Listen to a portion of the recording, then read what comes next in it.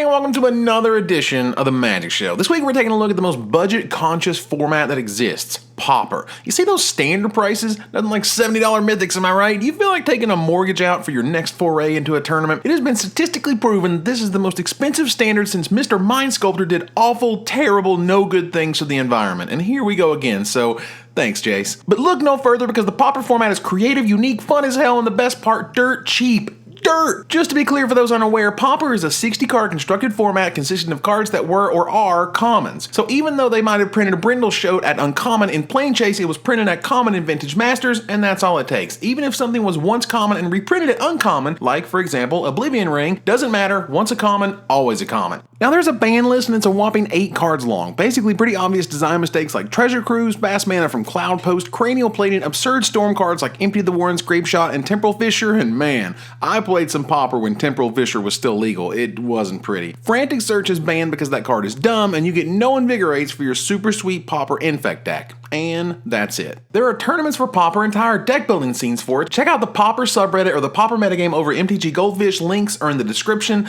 These are excellent resources to get you into the best format a few dollars can buy. No, seriously, let's take a look at the best Pauper decks and how much they will actually cost you. At the top of the meta, we have Delver. Yep, can't get anywhere near an Eternal format, even one without uncommons or better, without having this guy be near the top of it. This deck is about $51 online and $34 on paper. And here's where you'll start to see the strangeness of the Pauper format, but I suppose it can be applied to all formats in some fashion. While there are many cards that are affordable, you hit those certain few that are just hard to come by. For example, if you remove the 3 most expensive cards from the deck, that's Ninja of the Deep Hours, yes, really, Snap, and Hydroblast, this entire deck is less than $6. Due to card availability of certain things, like Snap only being printed in Urza's Legacy, and that's all. Also a good time to pimp my Forgotten Lore series on Urza's Legacy if you haven't seen it yet, but still. In the real world, you'll pay about $1.20 for them. Online, however, due to the magic of supply and demand, you're looking at $4.68 a piece. Hydroblast, this thing is a little more than a quarter in paper, where it saw print in Ice Age and 5th edition, but online, it was only seen in Masters edition, therefore dollars, like almost $6 a piece. But this is just Delver. Let's take a look at a deck that is almost half the price and just as fun. Elves. Yep, Elves Splash and Distant Melody to draw all the cards ever is an insanely fun deck with tons of play and explosive starts, the likes of which we only see these days in Legacy. Only $26 online, of which $18 is just a playset of Nettle Sentinels and a pair of Moments piece for the sideboard. It runs a whopping 13 lands, and you would be amazed at how great this deck plays. The power in Huntmaster plus the Ivy Lane Denizen, which, to be clear, Huntmaster gives Denizen 2 triggers every time you play an elf. Once for the token and once for the elf. I've been playing a lot with this deck over on my stream, links in the description, and can attest at its greatness. Note, you gotta be on the lookout for Shrivel and Electrickery, but that's just the beauty of the metagame right there. Want to annoy and overwhelm your opponents? Mono Black Control is for you. Even cheaper than Elves. You haven't lived until you've played Chittering Rat after Chittering Rat after Chittering Rats. They are incredibly annoying. Once you get an advantage, you can rat someone right out of the game while draining them via Grey Merchant, who gets fueled by Kuambaj Witches and big threats like Gurmag Angler. Hell, it even comes with a built-in anti-elf technology card with main deck Pestilence.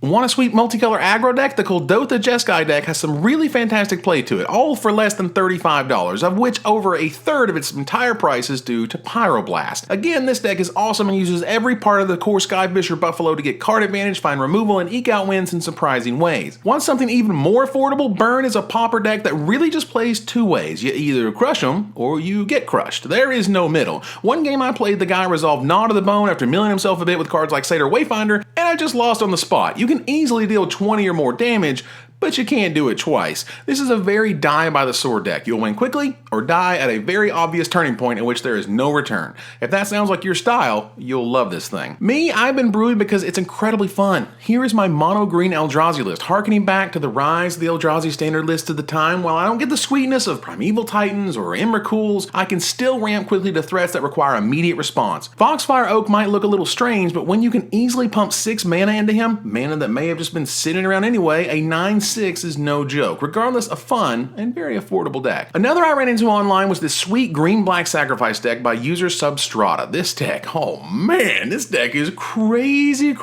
sweet. Bequeathal is a card, ladies and gentlemen. This little enchantment was the inspiration for Skull Clamp. Yeah, that's Skull Clamp. And this deck takes full advantage. The best creature in the deck by far is Carrion Feeder, who makes your Undying and Persist creatures just go nuts. The MVP, however, is Fume Spitter, for spitting those fumes and turning on Morbid while also killing things like Llanowar Elves on turn one, and cards like Hunger of the Howpack, they get real scary real quick. But the biggest upside of this deck, by far the cheapest one I've shown you. You can build this deck for like $2 to $3. Seriously. Bequeathal, I spent a whopping 4 cents on my playset. Carrion Feeder, 16 cents. Powerful and fun, I love this deck. It has a lot of play to it, and with such a low land count, you're almost always drawing gas. He told me the sideboard was a work in progress, but you have your Shrivels in there for Elves, Sylvok Lifestaffs there for burn or aggro, and Hidden Spider waits to pounce when your opponent has to think long and hard about playing that Spire Golem. As with all formats, there is a metagame, and I've provided some handy links in the description so you can learn more. Magic doesn't always have to cost infinite to get into. Have fun and experience a ton of variety in gameplay for very little investment. So remember to subscribe, and until next time, Magic players, this is Evan Irwin, tapping the cards so you don't have to.